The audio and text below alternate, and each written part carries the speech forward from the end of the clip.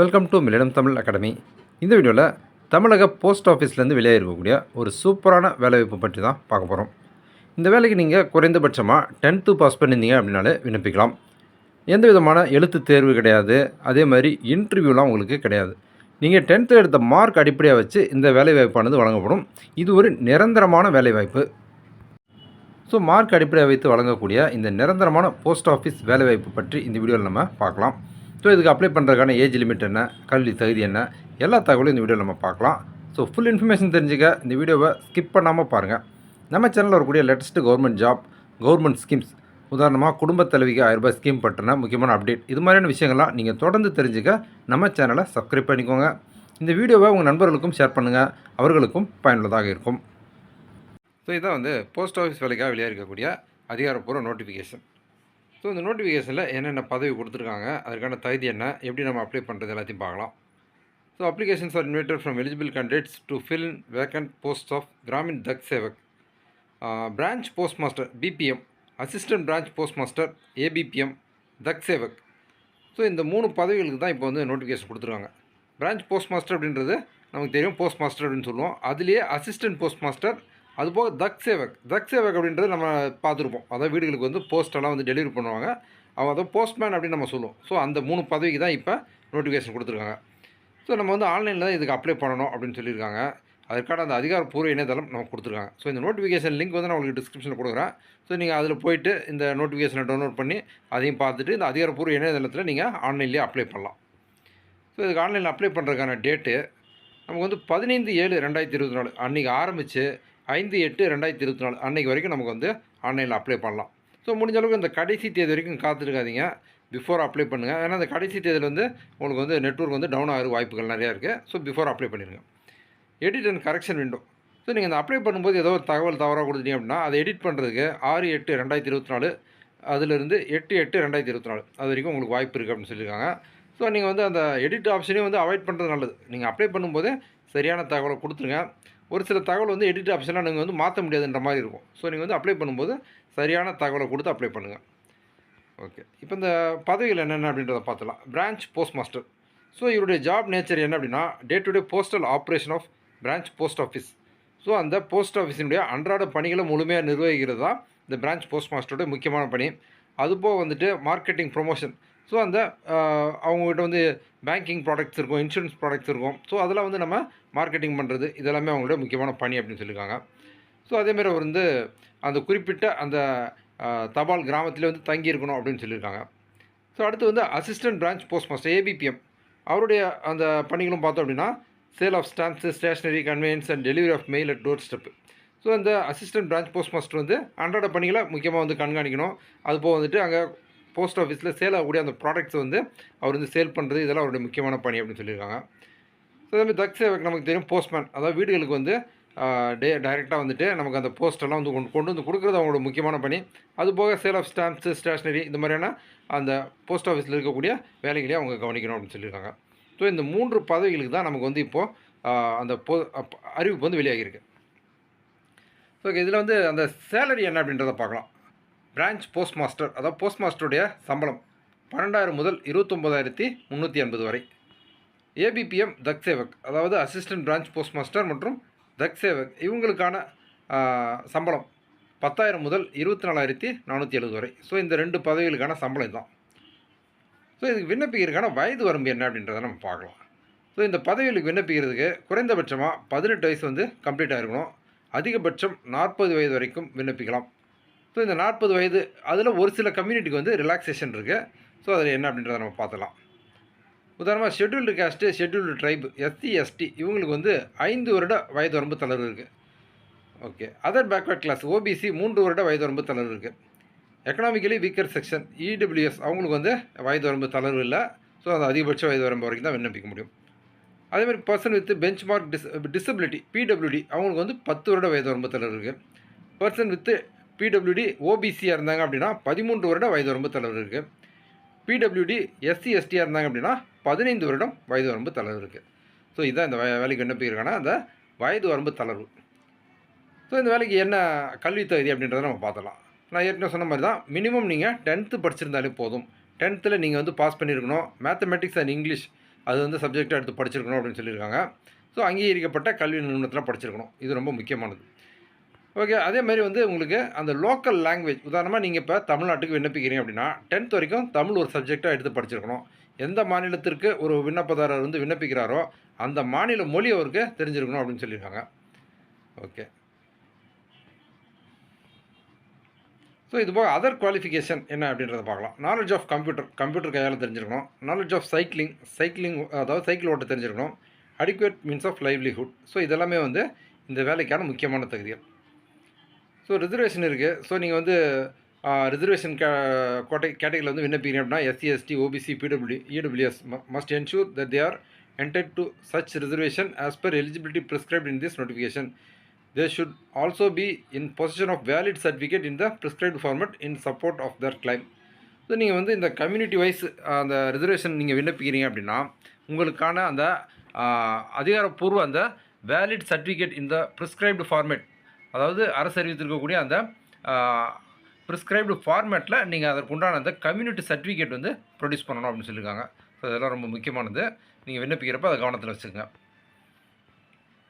So அதேமாதிரி categories of disabilities suitable for GDS post. So இந்த கிராமின் தக் சேவக் பதவிக்கு என்ன மாதிரியான டிசபிலிட்டி இருக்கிறவங்க விண்ணப்பிக்கலாம். ஸோ அதுக்கு வந்து டெக்னிக்கல் டர்ம்ஸ் கொடுத்துருக்காங்க. Low vision, deaf, hard of hearing. So இது மாதிரியான அந்த டிசபிலிட்டி இருக்கிறவங்க விண்ணப்பிக்கலாம் அப்படின்னு சொல்லியிருக்காங்க. ஸோ நீங்கள் வந்து டிசபிலிட்டி கேட்டகரியில் விண்ணப்பிக்கிறீங்க அப்படின்னா உங்களுக்கு என்னென்ன டிசபிலிட்டிலாம் இதில் அலௌடாக இருக்குது, அதாவது அனுமதிக்கப்பட்டிருக்கு அப்படின்றத முழுமையாக பார்த்து விண்ணப்பிங்க. ஸோ ஹவு டு அப்ளை, இந்த வேலைக்கு எப்படி விண்ணப்பிக்கிறதுன்றதை நம்ம பார்த்துலாம். Applications are to be submitted இந்த online mode only at official வெப்சைட்டில். ஸோ ஓகே, நீங்கள் வந்து ஆன்லைனில் மட்டும் தான் அப்ளை பண்ண முடியும். நீங்கள் வந்து போஸ்ட் வழியாவோ வேறு எந்த வழியாவோ நீங்கள் வந்து அப்ளை பண்ண முடியாது. ஆன்லைனில் அதிகாரப்பூர்வ இணையதளத்தில் போய் தான் நீங்கள் அப்ளை பண்ண முடியும். அதாவது இந்தியா போஸ்ட் ஜிடிஎஸ் online.gov.in அப்படின்ற அந்த அதிகாரப்பூர்வ இணையதளம், அதில் போய்ட்டு நீங்கள் அப்ளை பண்ணலாம். Okay. Documents to be uploaded with application selection of post are given in Annexure 2. So நீங்கள் இதில் வந்து எப்படி என்னென்ன டாக்குமெண்ட்ஸ்லாம் அப்லோட் பண்ணணும், அது என்ன ஃபார்மேட்டில் இருக்கணும், ஸோ அதுக்கான அந்த details of instruction for registration, payment of fees, அதாவது எப்படி ஆன்லைனில் ரிஜிஸ்டர் பண்ணுறது, அந்த ஃபீஸ் எப்படி பே பண்ணுறது, இந்த எல்லா தகவலுமே Annexure 2ல் கொடுத்துருக்காங்க. ஸோ நீங்கள் வந்து இந்த நோட்டிஃபிகேஷனில் இருக்கக்கூடிய Annexure 2ல் இந்த ஆன்லைனில் அப்ளை பண்ணுறது பற்றின முழுமையான தகவல்களை பார்த்துட்டு அதுக்கப்புறமா அப்ளை பண்ணுங்கள். ஓகே. Selection criteria. ஸோ இது எப்படி செலெக்ஷன் பண்ணுவாங்க அப்படின்றத கொடுத்துருக்காங்க. Merit list will be prepared on the basis of marks obtained, conversion of grades, points to marks as explained in subparas 3 to below. In the secondary school examination 10th standard recognized board aggregated to the percentage to the accuracy of 4 decimals. So அவங்க அந்த என்ன அந்த முறைப்படி இந்த மதிப்பெண்களை வந்து அவங்க convert பண்ணி கணக்கு பண்ணுவாங்க அப்படின்றத எக்ஸ்பிளைன்ட் இன் த சப்பேராஸ் 3லேருந்து அது குறிப்பிட்ட அந்த பேரா வரைக்கும் அவங்க வந்து கணக்கு பண்ணுவோம் அப்படின்னு சொல்லியிருக்காங்க.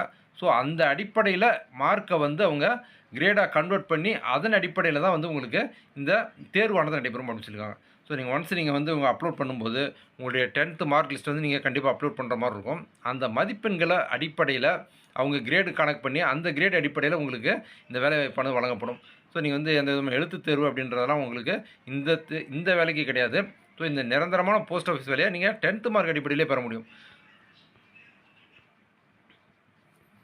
ஸோ ஓகே, அந்த பாயிண்ட் எப்படி கணக்கு பண்ணோம் அப்படின்றத கொடுத்துருக்காங்க. Grade, point, multiplication factor. So இந்த அடிப்படையில், ஸோ இது வந்து டெக்னிக்கல் டேர்ம்ஸில் கொடுத்துருக்காங்க. இந்த அடிப்படையில் கணக்கு பண்ணி தான் வந்து அவங்களுக்கு மதிப்பெண்கள், அதாவது அந்த கிரேடு வந்து உங்களுக்கு மார்க்கை வந்து கிரேடாக மாற்றி அதன் அடிப்படையில் வந்து அவங்க அந்த வேலை வாய்ப்பானது உங்களுக்கு வழங்கப்படும். So okay, communication of selection and process of physical verification of documents. Okay, இந்த வேலைக்கு நீங்கள் தேர்வு செய்யப்பட்டீங்கன்னா உங்களுக்கு எப்படி வந்து அந்த தகவல் தெரிவிக்கப்படும். ஃபிசிக்கல் வெரிஃபிகேஷன் ஆஃப் டாக்குமெண்ட்ஸ் நீங்கள் வந்து ஆன்லைனில் அப்லோட் பண்ணுறீங்க. அதுக்கப்புறமா அந்த சர்டிஃபிகேட் வந்து வெரிஃபை பண்ணால் தான் அது வந்து அந்த உண்மைத்தன்மையெல்லாம் பரிசோதித்து உங்களுக்கு அந்த வேலை வாய்ப்பானது வழங்கப்படும். அதற்கான வழிமுறை என்ன அப்படின்றத கொடுத்துருக்காங்க. The list of applicant shortlisted for engagement will be released by the department on its website and GDS online portal. So அந்த தேர்வு செய்யப்பட்ட அந்த விண்ணப்பதாரர்களுடைய லிஸ்ட் வந்து ஜிடிஎஸோடைய அந்த ஆன்லைன் போர்ட்டலில் வந்து பப்ளிஷ் ஆகும். Upon declaration of the result, shortlisted candidates will be informed of the results and dates of physical verification etc. So அந்த ரிசல்ட் உங்களுக்கு பப்ளிஷ் ஆகும்போது உங்களுக்கு அந்த சர்டிஃபிகேட் வெரிஃபிகேஷனான டேட்டும் வந்து உங்களுக்கு வெளியாகும் அப்படின்னு சொல்லியிருக்காங்க. Through SMS on the registered mobile number as well as through email on the registered email address. So உங்களுக்கு வந்து எஸ்எம்எஸ் மூலமாகவும் அதுபோக உங்களுக்கு இமெயில் மூலமாகவும் அந்த தகவல் தெரிவிக்கப்படும் அப்படின்னு சொல்லியிருக்காங்க.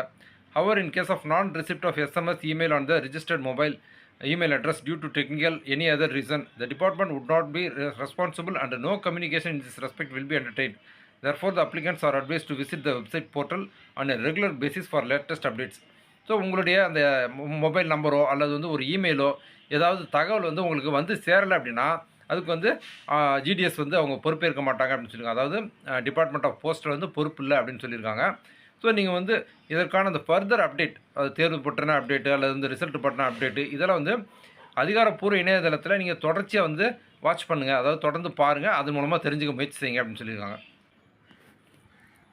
ஸோ நீங்கள் வந்து இந்த வேலைக்கு ஷார்ட் லிஸ்ட் பண்ணப்பட்ட ஒரு கேண்டிடேட்டாக இருந்தீங்க அப்படின்னா, உங்களுடைய பேர் வந்து இந்த வேலைக்கு தேர்வு செய்யப்படுது அப்படின்னா, நீங்கள் வந்து சர்டிஃபிகேட் வெரிஃபிகேஷனுக்கு போகும்போது என்னென்ன ஒரிஜினல் டாக்குமெண்ட்ஸ்லாம் எடுத்துகிட்டு போகணும் அப்படின்னு அந்த லிஸ்ட்டு கொடுத்துருக்காங்க. உதாரணமாக மார்க் ஷீட்டு வந்து கண்டிப்பாக எடுத்துகிட்டு போகணும், ஐடென்டிட்டி ப்ரூஃப் உங்களுடைய ஐடி ப்ரூஃப் ஒன்று கண்டிப்பாக எடுத்துகிட்டு போகணும், கேஸ்ட் சர்டிஃபிகேட் வந்து ஒரிஜினல் கையில் வச்சுருக்கணும், பிடபிள்யூடி கேட்டகரியில் விண்ணப்பிக்கிறீங்க அப்படின்னா அதற்கான சர்டிஃபிகேட் இருக்கணும், இடபிள்யூஎஸ் கேட்டகரியில் விண்ணப்பிச்சிங்க அப்படின்னா அதற்கான சர்டிஃபிகேட் இருக்கணும், டிரான்ஸ்ஜெண்டர் கேட்டகரியில் விண்ணப்பிச்சிங்க அப்படின்னா அதற்கான சர்டிஃபிகேட் இருக்கணும், டேட் ஆஃப் பர்த் ப்ரூஃப் உங்களுடைய பிறந்த தேதிக்கான சான்றிதழ் கையில் வச்சுருக்கணும். அதுபோக medical certificate issued by medical officer of any government hospital, government dispensaries, government primary health centre extra. இது வந்து கட்டாயமாக இருக்கணும். அதாவது உங்களுடைய அந்த மெடிக்கல் சர்டிஃபிகேட் அது வந்து அரசு மருத்துவரால் வழங்கப்பட்ட அந்த சர்டிஃபிகேட் வந்து கம்பல்சரி அப்படின்னு சொல்லியிருக்காங்க. Certificate issued by government competent authority in the respect of knowledge of tribal local dialects in case of engagement in the state of Arunachal Pradesh. So Arunachal பிரதேஷுக்கு உண்டான அந்த ஒரு சர்டிஃபிகேட். ஸோ அருணாச்சல் பிரதேஷ்லேருந்து விண்ணப்பிக்கிறவங்க அந்த ஒரு குறிப்பிட்ட சான்றிதழ் வந்து கையில் வச்சுருக்கணும், அதாவது ஒரிஜினல் கையில் இருக்கணும் அப்படின்னு சொல்லியிருக்காங்க. அதுபோக இதனுடைய 2 set of self attest copies வந்து நீங்கள் சப்மிஷனுக்காக வச்சுருக்கணும் அப்படின்னு சொல்லியிருக்காங்க. ஸோ இதுதான் வந்து இந்த வேலைக்கு விண்ணப்பிக்கிறதுக்கான அந்த அஃபிஷியல் நோட்டிஃபிகேஷனில் இருக்கக்கூடிய முக்கியமான தகவல்கள். இந்த நோட்டிஃபிகேஷன் லிங்க் வந்து நான் உங்களுக்கு டிஸ்கிரிப்ஷனில் கொடுத்துட்றேன். ஸோ நீங்கள் அந்த லிங்க்கில் போய்ட்டு இந்த நோட்டிஃபிகேஷனை முழுமையாக பாருங்கள். குறிப்பாக இந்த வேலை வாய்ப்பானது உங்களுடைய 10th மார்க் அடிப்படையில் வழங்கப்பட இருக்குது. ஸோ இது வந்து ஒரு நிரந்தரமான அரசு வேலை. ஸோ நமக்கு வந்து போஸ்ட் ஆஃபீஸ் வேலை அப்படின்னாலே தெரியும், வந்து ஒரு சமூகத்தில் ஒரு மதிப்பான வேலை, அதுலேயும் நிரந்தரமான வேலை, எந்த தேர்வும் எழுதாமல் நம்ம வந்து நேரடியாக அந்த வேலை வாய்ப்பு நமக்காக இருக்குது. ஸோ நீங்கள் வந்து 10th படிச்சுட்டு அரசு வேலைக்கு முயற்சி செஞ்சுட்ருக்கீங்க அப்படின்னா இந்த வாய்ப்பை பயன்படுத்திக்கோங்க. ஸோ இந்த போஸ்ட் ஆஃபீஸ் வேலை பற்றி இந்த வீடியோ நான் ஷேர் பண்ண இன்ஃபர்மேஷன்லாம் உங்களுக்கு ரொம்ப யூஸ்ஃபுல்லாக இருந்திருக்கும்னு நான் நம்புகிறேன். இந்த வீடியோ பற்றின உங்களோட வியூஸை கமெண்ட்டில் ஷேர் பண்ணுங்கள். நம்ம சேனலில் வரக்கூடிய latest government job, government schemes பற்றின அப்டேட் நீங்கள் தொடர்ந்து தெரிஞ்சுக்க நம்ம சேனலை சப்ஸ்கிரைப் பண்ணிக்கோங்க. இந்த வீடியோவை உங்கள் நண்பர்களுக்கும் ஷேர் பண்ணுங்கள், அவர்களுக்கும் பயனுள்ளதாக இருக்கும். மீண்டும் இன்னொரு வீடியோவில் சந்திப்போம்.